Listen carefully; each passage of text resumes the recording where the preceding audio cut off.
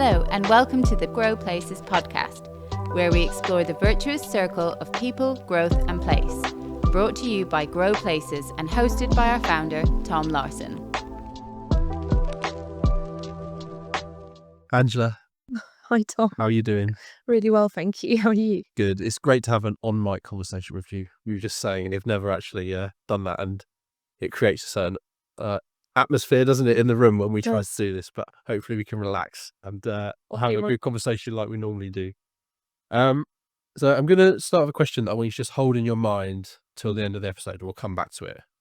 Okay. What makes you feel most out of your comfort zone? Okay. So it's quite a big one, so we'll sort of hold that in your mind and we'll come back to it towards the end. But just to start us off, why don't you tell everyone a little bit about yourself and the work you're doing here at Arup? Sure. That's a big question in itself, isn't it?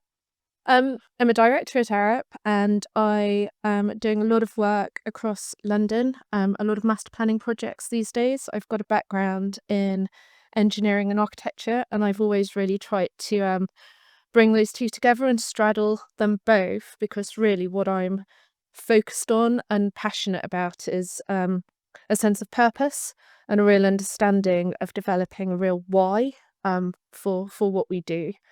And I think what my time at Arup over the last 10 years has really afforded me in working on projects with yourself and particularly over the years with your ex-employer, it's really afforded me the chance to sort of grow that ability to develop a sense of purpose and really feel like I can influence what the built environment should be for the long term, and really start to understand the impact that we have on place in the environment, but likewise the reciprocal impact that good place has on people, and the benefit or disbenefit we can create. So how to design knowingly, I suppose, has become really my big sense of what I want to focus on, whether that's a small piece of R&D or trying to influence a bigger city scale piece of strategy.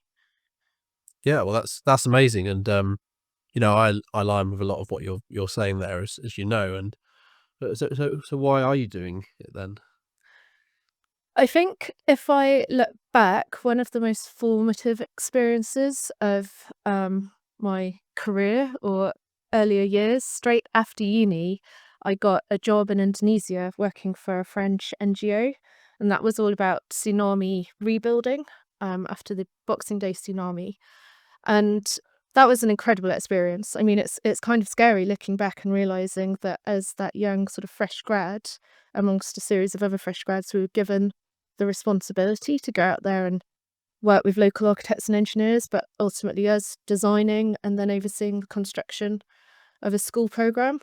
But it was amazing because we were living in the community. You really saw firsthand, very viscerally, the impact that what our role can be and have on people's lives, and the opportunity that is there to do good. But also there were aspects of it that sort of both really strayed beyond what I guess we define as architecture and engineering and built environment design, and really strayed into some interesting areas. So one of the most interesting projects I was involved in when we were out there was not just doing the school design and seeing that construction, but we also started looking at, well, what were some of the underlying reasons for the tsunami having such a big impact on that area. And a lot of it was about the mangroves that had been ripped out to create more fishing ponds, and that had therefore got rid of quite an enormous barrier to the sea. But it also had created a really terrible ecological effect, because it had taken away part of the ecosystem that actually created healthy fishing ponds and healthy fishing for the locals. So we strayed into a piece of R&D about that then turned into, well, how do we reforest and put the mangroves back, and then sort of educate to encourage that to happen, both for the sort of long-term resilience of the place on many levels, from the community, the fishing, but also the future resilience against future tsunamis. And I think that really sort of grabbed my attention, of the sort of, again, that bigger why and what's the best impact we can have. And sometimes it's not necessarily what you think you've been sent to do or what your job is defined to be. Yeah, yeah, absolutely. That kind of systemic nature of building projects in a community and a place. Yeah. And so why do you think, engineering's been the thing that you've kind of the trade that you've picked up in that bigger picture? I think that's a really good question, and one I've grappled with a lot. I struggle to define myself as an engineer in some ways, and I'm sure we'll sort of explore that more. But I think what I really take from my engineering education, and the reason that I chose it, is almost a bit of a perverse quality in my nature in a way, that I've always really wanted to be well-rounded. And I think the sort of the rigorous and analytical side of me needed more development than maybe sort of some of the creative design side. And so putting myself through that education and learning that rigor and getting that to a point where it becomes intuitive and you can sort of grapple with lots of questions and spin lots of plates and see how they interface and find the way to route map through a problem, to solve a problem from an evidence base and a scientifically informed position, I think I started to realize was quite a unique way to approach design. And so I really, really, I think I sort of struggle in some ways with the definition in the same way that I look across our industry and struggle with lots of the pigeonholing of different disciplines, because I think that we have to collaborate better all together, and that big thinkers need to be in a room at the table with diverse voices to really solve some of our big problems, rather than this is your role, you are in charge of doing this and other people will serve you. That we maybe sort of see as a more traditional approach and framework for projects.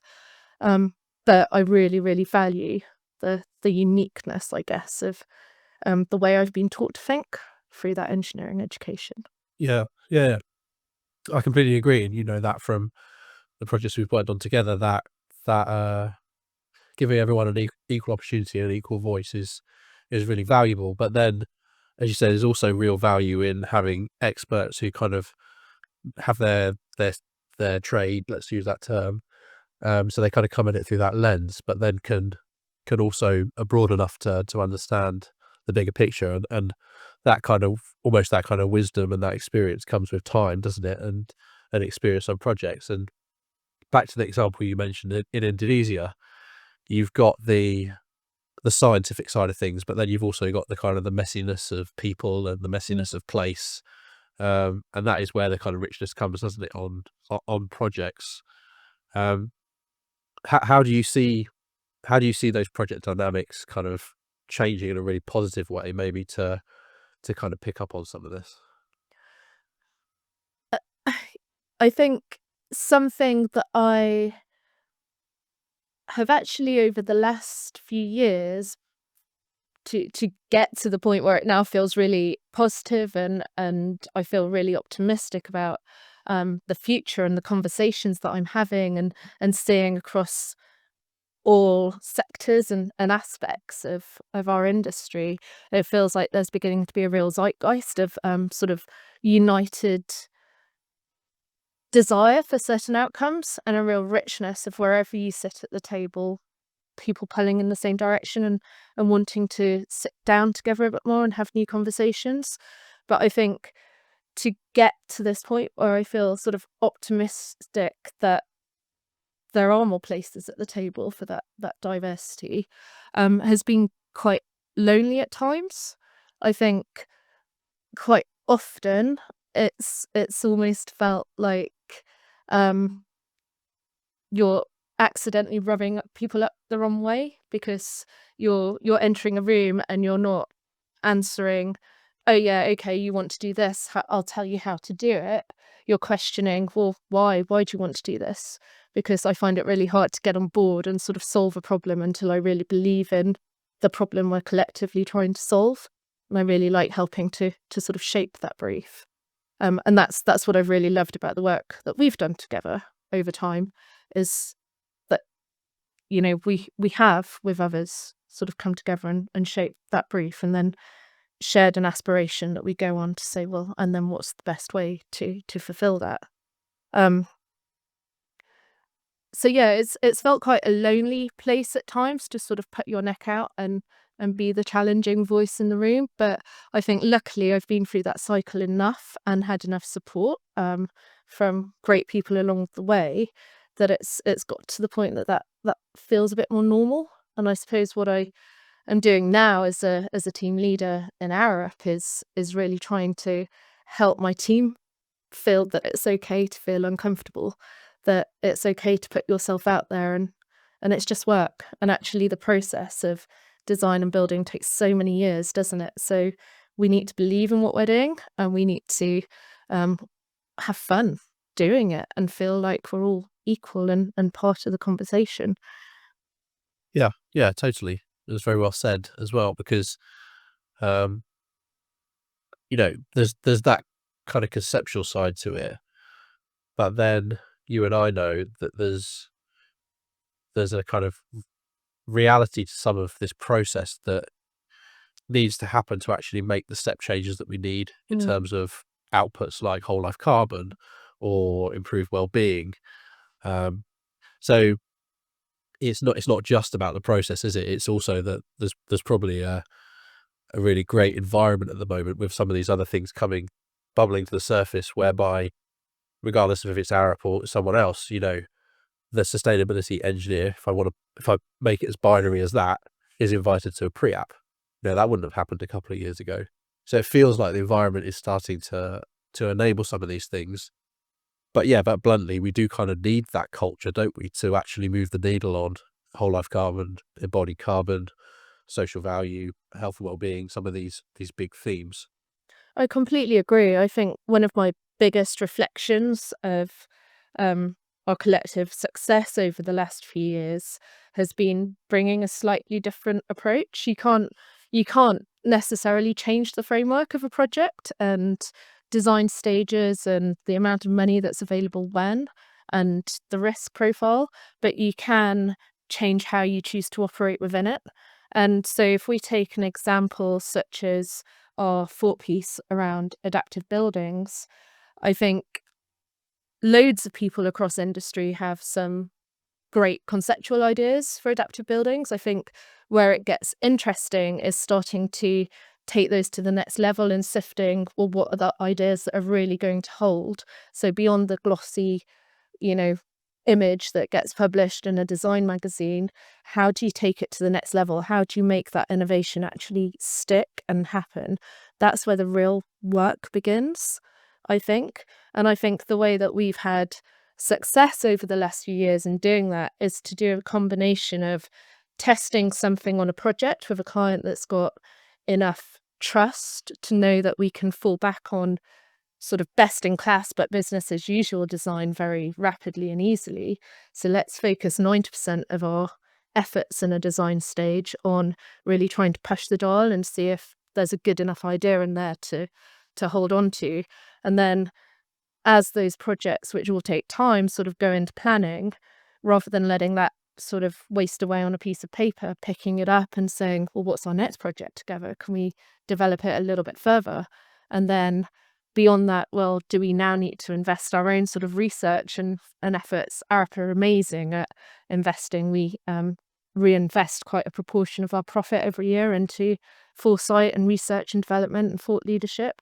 And so sort of using all of those mechanisms to push something forward has been the way that I think, yeah, we've had real success in starting to change the dial. I think another great example is the work we've done around mass timber at scale on buildings, and getting to a point where we'd come up with something that we really believed in and saw was a real genuine lowest total carbon opportunity that also could be resilient in terms of things like fire performance, and getting that to a point where we convinced clients it's a good idea, convince the planners and various other stakeholders that it's a good idea as a design.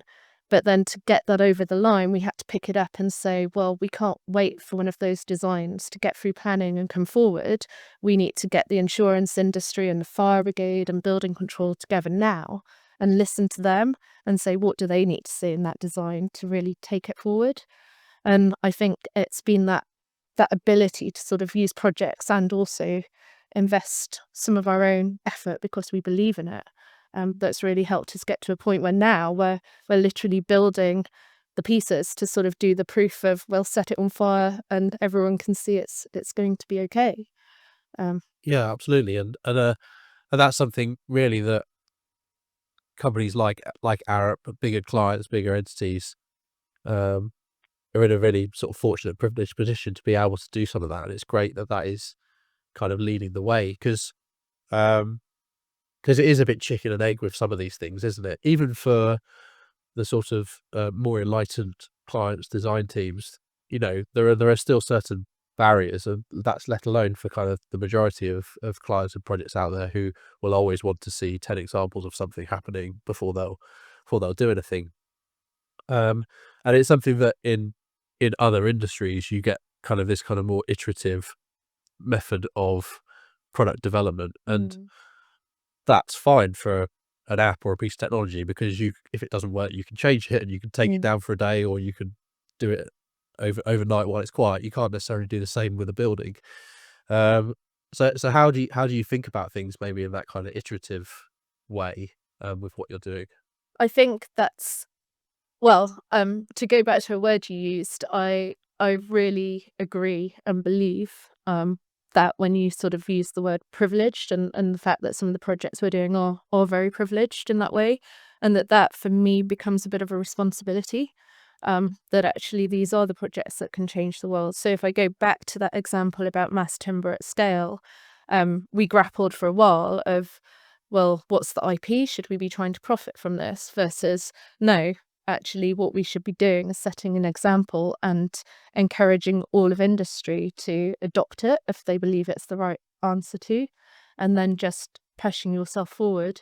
And I think if I look round the industry, something that I find super frustrating is almost we all shout about and talk about having the same end goals in mind, and lots of people are very aligned on, we need to save the planet or we need to have better social equity, but we almost collectively, the industry almost defaults to sort of the tabloids in terms of picking up a news article and saying, oh, well, this is rubbish, I'm better than this. And instead, why can't we just say, well, this is tricky, and I'm sure that team were doing the best they could, and we're all trying to reach the same goals, so let's work together to get there. I don't know why we sort of feel the need to lower ourselves to pitting each other against each other. I think more collaboration is really the answer to more iterative progression, I suppose. Yeah, absolutely. And as you say, if you can aggregate together projects, knowledge, whether it's within an organization or, as you say, within a local market or even internationally, there's much more kind of iteration that will happen just by virtue of the number of inputs into that process. Sort of hive brain of Yeah, exactly. So what Grow Places does very well. We've worked really well together over the years.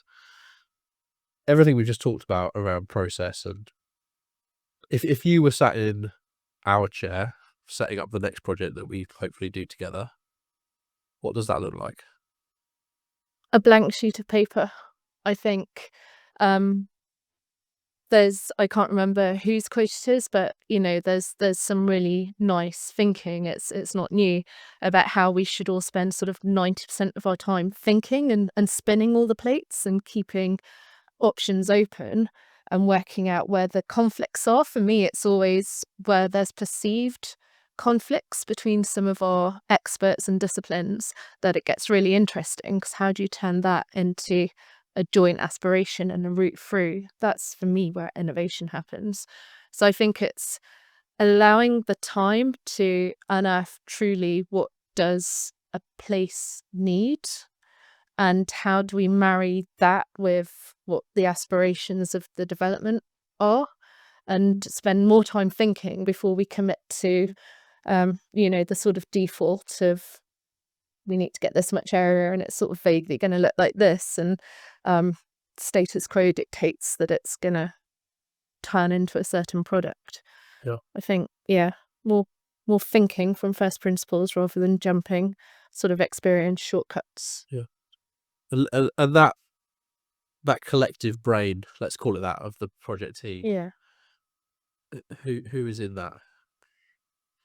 I think what always feels a real privilege is to feel part of a sort of, that sort of squad, at the sort of principles level where there's maybe only 4 or 5 voices because you can't have too many people in a room, but that they're as diverse as possible. And I think we are we feeling like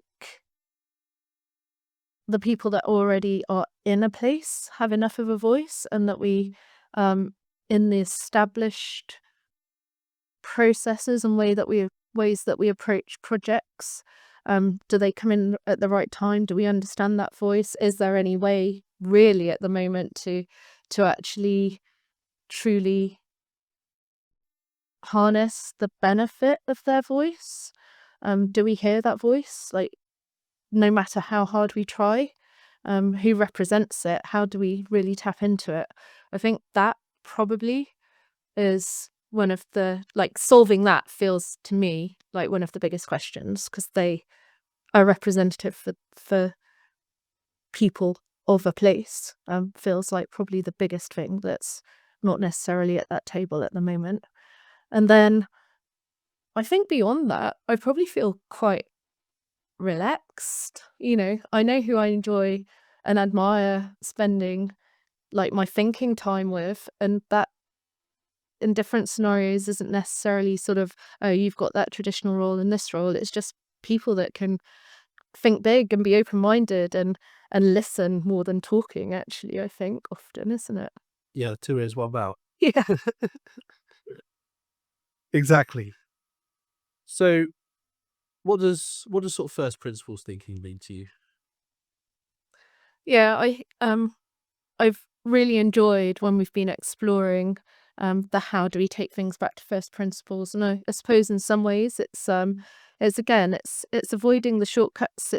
It's going all the way back to trying to understand the nub of a problem, and then how do we need to approach actually solving that problem, rather than reverse engineering solutions to sort of shoehorn things into fit. So if I think about our work around everyone's talking about making buildings adaptable, what truly is an adaptable building, and the thought piece we did around that, I think starting from a point of what's all the way back to sort of the Maslow hierarchy of needs, and what are the fundamental things that make buildings have longevity, that make buildings low carbon, that make buildings operate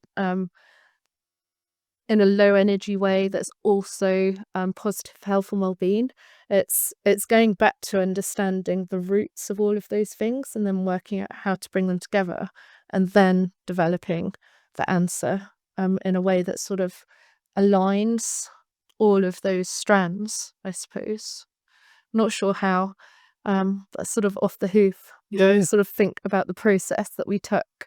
Yeah, exactly. Because one side to that answer is very scientific, isn't it? It's kind of like, well, what are the first principles? But then to your point about, okay, well, how do we engage the people who are going to be living there? Yeah. Now, that's a very different approach to kind of first principles. It's about saying, okay, well, our first principle here is not that the architect and the design team have the largest voices, that maybe the people who are going to operate here maybe not have a larger voice, but at least have an equitable say within That's a really nice way of putting what's it. going on. And I keep going back to this example you mentioned from Indonesia.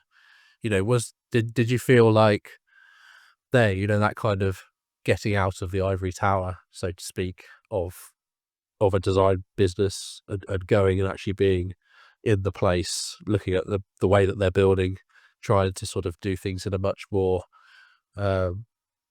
direct way. Do you see any learnings that we could take from that in terms of, obviously not every project's going to be in an Indonesian village, but for us sat here, in your lovely office on Charlotte Street, Do you know, I think it's a really interesting question, because actually one of the reasons that by the end of the time I spent there, I was ready to come back and get qualified and build some different experiences is because I think quite naively, I had quite an optimistic view of the world, and I thought, okay, charity sector, and it's all about helping people, and it's there'll be some kind of overall governance that helps shape that and make sure that even if you've got 100 charities all trying to do good stuff, they work together and collaborate and are united in an approach. And I sort of realised more and more that isn't how it works. And that actually, when you sort of bring in the messiness of things like funding cycles and spending donations, that really silly things start to happen, and that charities start, again, almost pitting themselves against each other. So I got quite disillusioned by that almost, and wanted to come back and get experience and get qualified so that I could maybe go back and influence and sort of sort some of that stuff out. So that's probably quite a convoluted way of saying I don't know. I think, again, on a grassroots level, us all remembering to be human and to engage and to look each other in the eye and talk to each other is a really good starting point. But it's how do you do that and do the top-down piece together? And the top-down piece is tricky, isn't it? It feels like, whether it's London or elsewhere in the world, how do you see place and the fact that communities have such a long standing and better than any of us understanding of what that place has been and is, and what it could and maybe should be in the future. That needs to be a long-term conversation rather than the sort of disillusionment that comes from lots of people diving in and then communities not feeling like they're actually listened to. Yeah, absolutely. And we were discussing before this that you listened to the podcast I did with Nick Walkley from Addison Young, and he was saying that one of the big mistakes we all collectively make in the built environment is we consult with people 2 or 3 times and then feel like because we've done that, we can almost walk in their shoes. We feel like we understand a lot more about them from their life and their circumstances from just consulting a couple of times. And the reality is it's way more complicated than that. And actually part of it is just recognizing that and accepting that, and not trying to control or to dictate everything that happens in a project or a process. And so I think there's quite a lot to be said for that. Okay, Angela. So I'm going to ask you one, because your background is kind of structural engineering. When you talk about material innovation, so around structures, you've mentioned already the amazing innovation you've sort of worked on around timber and natural materials there. The question that I've asked you offline, but I'll ask you here, is we have another project tomorrow, and what are the things that you think we could do proactively on that project now that are really kind of implementable ways that we can kind of move the needle around, whether it's structural efficiency, whether it's use of materials, because it's all very well saying that, for example, there's been an amazing house built 100% out of cork. We've got a brief for a 15-story building, so you're not suddenly going to be able to say we're going to do that out of cork, but there must be things on the horizon, whether it's knowledge within Arup or knowledge within the industry, that you feel with the right culture and environment that maybe could be implementable with a bit of research and innovation on projects. Yeah, I mean, I don't think there's ever one answer that's going to solve everything. So it's a whole suite of things that I think are really exciting, from investment and research that we're doing to support various startups, such as a company called Concretine, where they're looking at including graphene in concrete and getting to a point where that's zero carbon through, I think, the circular economy piece and seeing our cities as material banks is really fundamentally important. And actually, again, like the hard graph needs to go in to take that beyond.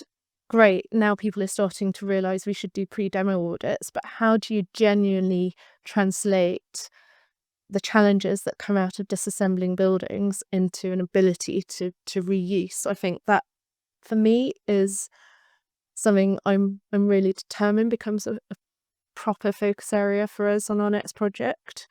And then actually, for me, quite often it's starting with the brief and challenging the brief. So if we think about the life science sector, commercial life science wasn't a thing in the UK sort of 8 years ago, and we inherited a lot of ways of doing things that came from other parts of the world where it was more established. But I think we've done that, or the accepted way of doing that has been to just accept those briefs and build to those briefs. And actually what you need to do, in my opinion, is start with, well, what really are we asking? We're asking for a certain type of performance. So you don't need to dictate the floor to floor. You need to dictate what the place needs to do, and then let us, as the creative designers, come up with the cleverest, newest, novel ways of achieving that.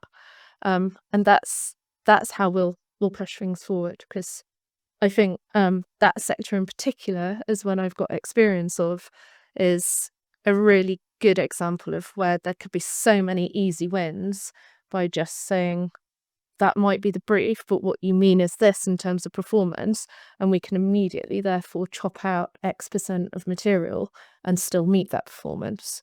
And that I'm not seeing that happening. Very good. No, thank you. I'm going to finish with one question Okay. that I will come back to from the start. So yeah, so what makes you feel out of your comfort zone? I think we've touched on some of it already. I think, I'm not a naturally confident person. And so to have got to a point where I'm passionate enough about something that I've not minded being that sort of lone voice in the room, that has felt very out of my comfort zone over the years. I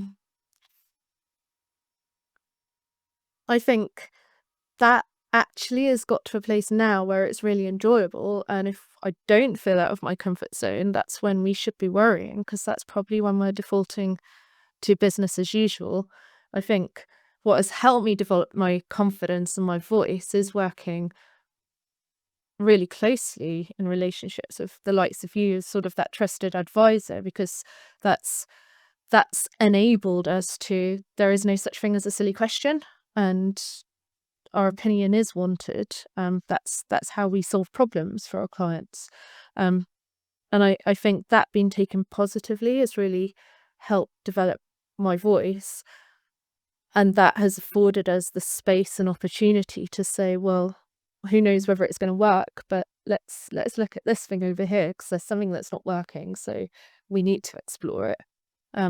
So yeah, actually, I think I'm moving from a place of having felt very out of my comfort zone, finding a voice amongst a room full of people with massive eloquence and very strong voices, to a place where actually, yeah, we should all feel a bit out of our comfort zone, because we've got some big problems to solve together. Yeah, absolutely. And that's growth, isn't it? In that sense, that kind of personal growth, but also I think growth as an industry around kind of the conversations that we have on projects leading to better outcomes, I think is a really valuable thing. And this, but yeah, I really value that aspect that you bring, and also the team dynamics bring, because diversity in all its senses, whether that's specialisms or otherwise, is critical, really, isn't it, going forwards to better outcomes. So I look forward to carrying on this continued dialogue with you on more projects as we go forward. But thank you very much for your time, Angela. You're really welcome. I'm excited for what's next too. Good. Thanks, Angela. See you later. Bye. Thank you for listening to the Grow Places podcast. For more information, visit growplaces.com and follow us at We Grow Places across all social channels. See you next time.